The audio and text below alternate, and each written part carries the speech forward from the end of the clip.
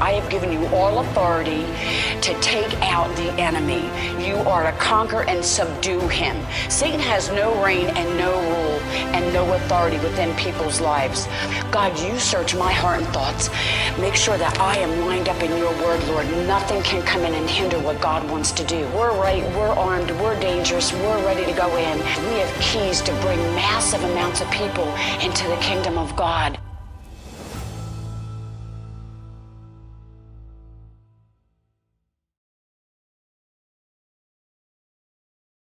Hi, I'm Angela Greenick. I want to welcome you to the War Room tonight. I am here in Portland, Oregon with Pastor Steve Trujillo. Crazy awesome name. And we're here because we're doing a conference through the weekend, and your ministry, can you tell the people where your ministry is and what you're doing? So Father's House was a church planted in downtown Portland, Oregon, for the very purpose of city transformation. Our heart was to see the kingdom of God advance and give Jesus what he died for, which is not just people, it's cities, it's regions, it's culture. Yeah, because everything came from him and everything should return back to him. Yes, amen. So that's our heart, and we have the incredible honor of being invited to actually have our church inside of the biggest university in Oregon. So we have our offices and our meetings there, and so we are very connected to the community. We're not just here having services. We are here doing life with this community. Well, what I love about you being in the college, besides the favor of God, I mean, come on, is that you're able to help transform, because most of the colleges out there, I mean, any type of occult, whatever there is out there going on, the darkest of dark, it's happening in the colleges. Absolutely. And it's scary, you know, because we're sending our young people to go get a good education to become, you know, whatever it is their field of expertise is going to be. And they have to deal with so much, especially as Christians. Absolutely. You know, when we first got to campus, it was such an oppressive, depressive environment. We would have students find us and say, "Can you pray for me?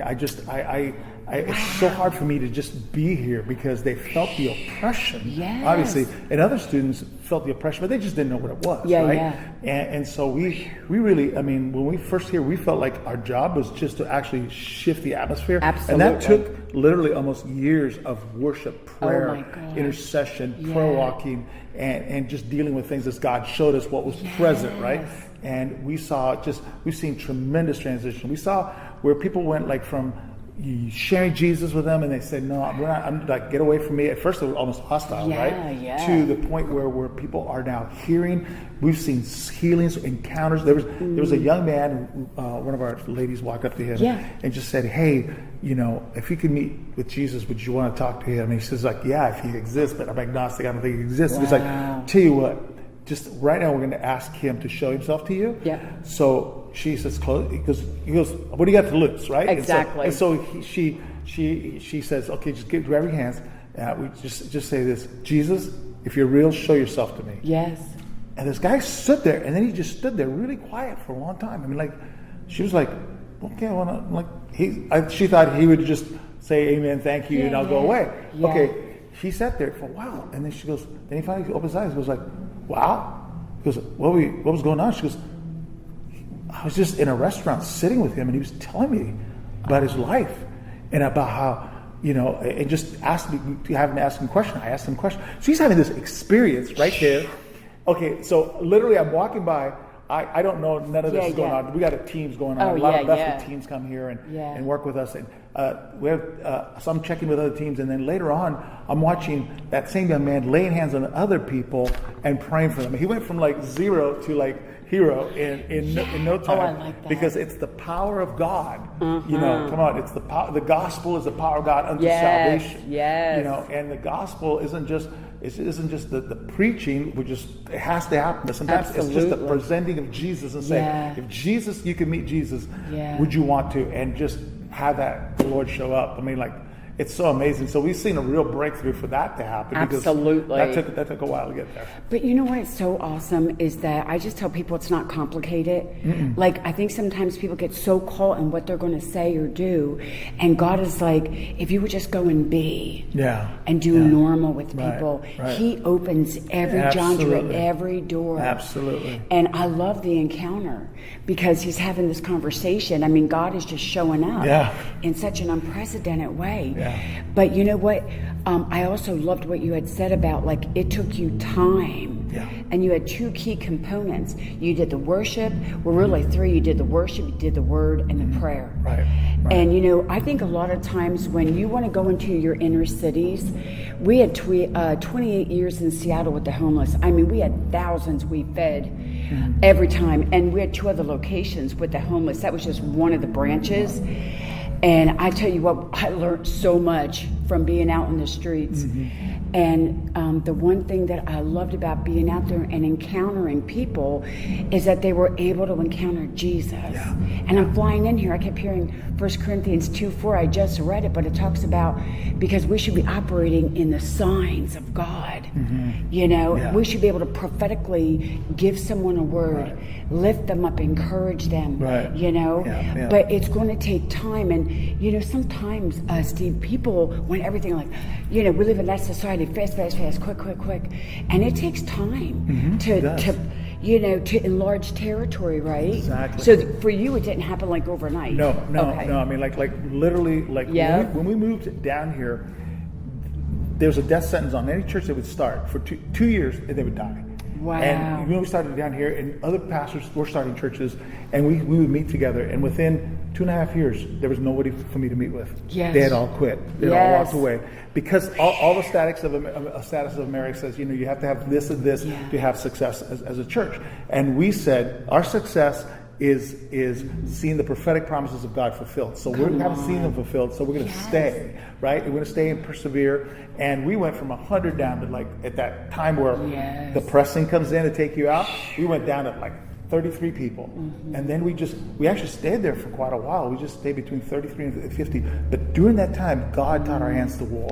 He taught our hands to war. He taught our hands to persist, and how to serve this community, how to come underneath it and lift it up and say, if there's a shooting, that's a shooting in my city, so therefore I'm present, and I'm going to show up, and I'm say, what do I do? And not only that, but, you know, we serve the city in a lot of different ways. I serve in a lot of committees, in with the police and the mayor's office and things like that.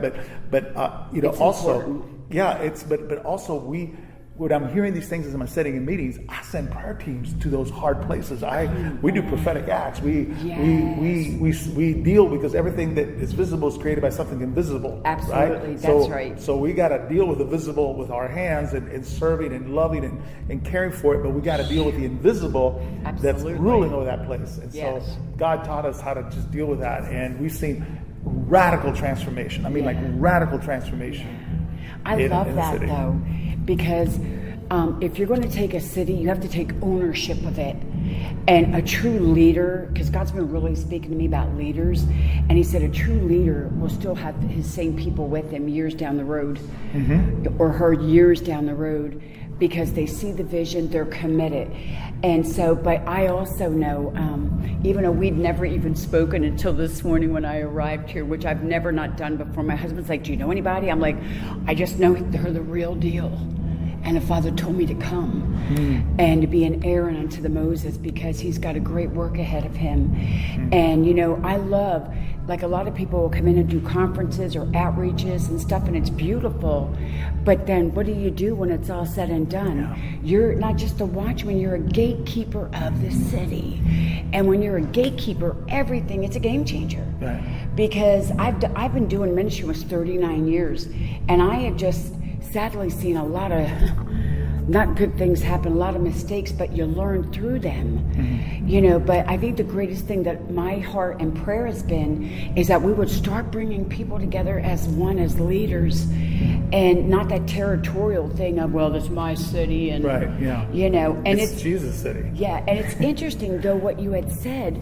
Some of the other pastors were able to come in, then they weren't able to come in. You know, like they were gone. Because sometimes people try to have these blueprints. of how to run a church. Yeah. And I have many friends through the years, whether it was, the different nations, and they go, my God, there's such an outbreak of the fire of God, and blah, blah, blah, blah, blah, which is awesome. But then they came back to America and tried to incorporate it in, and it just didn't work. Like, churches fell apart. Like, I have friends that had churches of 3,000 and 5,000 in their church, and they ended up losing everything because they were trying to put in something. Right. Was a good idea, but it doesn't make it right for you. So I like to glean everywhere I go because that way I'll learn. Right, yeah. So how long have you been in the city then? So really, it's like 19 years. I mean, we went like I said, right at the 2-year mark. I mean, it just all hell came loose. Exactly. And that's where guys quit. But I came from a lineage that you don't quit. Yeah. And my wife, fortunately, comes from the same. Amen. And so we persisted, persevered, and we just literally, it was like, okay, if it's just me. And I made that decision. See, I made the decision. If it's just me and my wife and my kids, who were little guys at the time, then we're going to stay. Yes. And we're going to stay because God said. God called. I can't uncall myself. No. And that's what happens. Not if you're really called. Right. If you're called, you got hands laid upon you, you're commissioned. Like I just said, you got to decommission. Now, I be honest with you. I asked God, can you uncall me? Can you decommission me? Because this is hard, and I'd rather not do this. It don't work. I've tried. But you know what I'm saying. So we did that. But we persisted, and then God just I would just prayer walk in places, and God would say, go in there and ask them what you can do for them. Yes. And these things open the door. Look, the reason that we have this favor on the campus, God was taking me on a prayer walk, just walking around the neighborhood. I see students unloading a bunch of baby things into their dorm, and I'm like, students with babies, what is that? Yeah. And I get back to my office, and we had at least an office in a building that was on campus, but it didn't belong to the campus. Yeah. The story is that it got sold, and it now belongs to the campus, and that's where we're at. But what happened is I get back, and there was a letter saying, hey, thank you for your interest in student parent services. And I'm like, that's what I saw. So I walked to their office and said, what? And there's a woman in this office. She's in a little closet, and she's by herself. And I said, what can I do for you? Like, how can we serve you? She's like, she said, I have no staff, I have no money. And I said, well, how do we serve the students? And she says, they need a night out where we can watch the kids, and they can go have a date night or a study night. I said, listen, we'll do that. We'll fund it. And I didn't know where I was going to get the money. Yeah, we'll fund it. And we'll staff it. Yeah. And we started having these family night parties. Well, that became known around the community. Like, look what these people are doing here on campus. They're serving this underfunded, understaffed department. Well, that department today is multiple people. Now they do all the events, and they just ask us to come in and help them with it. Mm-hmm. But what ended up happening is that when this building sold that we were leasing from, the owner said, you guys are going to have to go. We sold it to Portland State. And Portland State calls me and says, we want you to stay. Oh, my gosh. Because it's that's beautiful. The way the king rides into a city is on a donkey. Yeah. It's serving. It's eye to eye with people. He sat on a donkey. He was eye to eye with the people that he would be someday the king over. Exactly. And that's what the Lord taught us, is just to humbly serve the community. Yes. And persist. Yes. And as we did, God began to open crazy doors. I could take you on a walking tour. Witchcraft shops opened, like trafficking places that are now boutique hotels. Bars that you could go in there and hire somebody to kill your husband or wife. I mean, those kind of places are just beautiful places. Pagan worship centers shut down because of persistently saying, we will occupy Jesus until you have it all. Yeah, and that's what it takes. It's a tenacity. It's that bulldog, grab the horns at the altar. Yeah. And I always say this, but we're just donkeys that Jesus rides in on. I'm just a donkey, that's all I am. And but he's waiting to ride in his sons and daughters. I'll tell you the one thing, Steve, that it's like a flood of people, and they're having an identity crisis. So many pastors. I mean, I have people from all over the world contact me every week, and they're all messed up. They're, you know, they don't know who they are anymore. They go, I don't even know if I'm supposed to be doing this anymore. I said, did God call you? They go, yeah. I go, the problem is you're looking over on the other neighbor's fence. Yeah. You're looking over the fence and you're seeing the grass looks greener on the other side, but God did not call you there. He called you there. Right. But there's it's really sad. There's like so much competition and everybody wants the big name. Well, the only name that is above every name is Jesus. Right. So how about that? Yeah. And I was like, God, what if we made you famous again? Yeah. You know, what if we put Christ first? This is really true. On June 5th, a week or so ago, a couple weeks ago, in my prayer time, my roof is flat. I'm up on my roof in the middle of the night praying, and up there, you know, just walking and praying. And I said, Lord, I'm just so overwhelmed with everything, with the world and just everything that's going on in it, you know. And I was so moved by the Father, and all I heard was, am I enough? Come on. And I said, huh? Yeah. What? Yeah. But he said, am I enough? That's right. And then I said, Lord, because I always come back with this, so what are you trying to say? Tell me what you're really saying to me, Lord. Yeah. And he said, am I more than enough for you? Right. Yeah. And I thought, and then poof, a wind hit me. I fell right over on the roof, and I thought, oh, Lord, what you're telling us is that, and I'm just saying this for myself, but I said, Lord, through my travels and everything, but I was like, Lord, I think some people may have lost the focus about Christ, you know, and it really scared me for him to stop me in my prayer, because we're praying, we talk and talk, I pray, and I'm back and forth up on the roof and warring with my swords and everything, because I'm like, God, darkness is so prevailing and it's getting harder and harder, and so much compromise, you know. And of course I'm grieving because, you know, I'm like, God, we have to have a president that loves God, who put Israel back where it belonged, is cutting out the abortion, you know, that is really, people don't understand what President Trump has gone through and is going through in order to be where he is and what God's mandate. He is our Jehu. People go, it doesn't make sense. That's because Jehu didn't make sense either. I feel we're like a Jehu, you know, because there was a call, there was a need, and in that need we went and answered the call. Right. Yeah. You know? And so what would you say to the pastors out there tonight? What would be a word that you would have for them? You know, I love what you just said. The Lord said to you, "Am I enough?" Yeah. You know, the thing that I asked the Lord is like, "You be my great eternal reward." I used to have the largest college age ministry in the state of Oregon. Wow. Hundreds, 650 college age kids would come every Wednesday night. And the Lord said to me, I'm not impressed. Yeah. Come on. In the middle of what I thought was revival, the peak of my career as a young adult pastor. Yes. And then he said, I'm not impressed. They come alone, they leave alone.